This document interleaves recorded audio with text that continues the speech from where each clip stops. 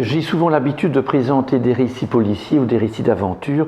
Voici un récit un peu plus intimiste, un peu plus psychologique, c'est La vie en gros.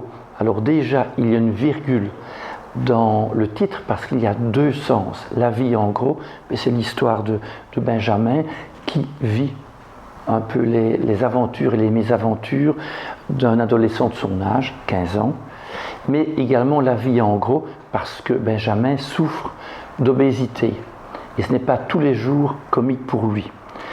À l'occasion d'une visite médicale à son collège, on lui signifie par un rapport médical qu'il est en obésité assez avancée et que ses parents et lui-même doivent prendre des décisions pour recourir justement à des solutions pour qu'il perde du poids parce qu'il en va de sa santé.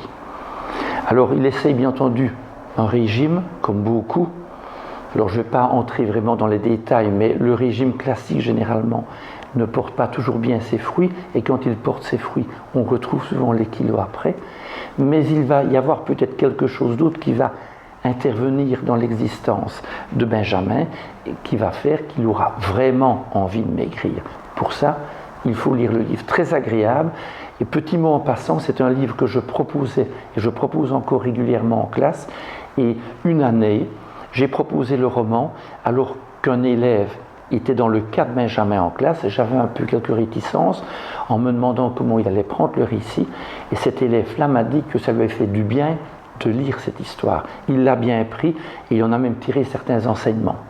Donc c'est un roman qui peut avoir un prolongement dans la vie de tous les jours. Merci.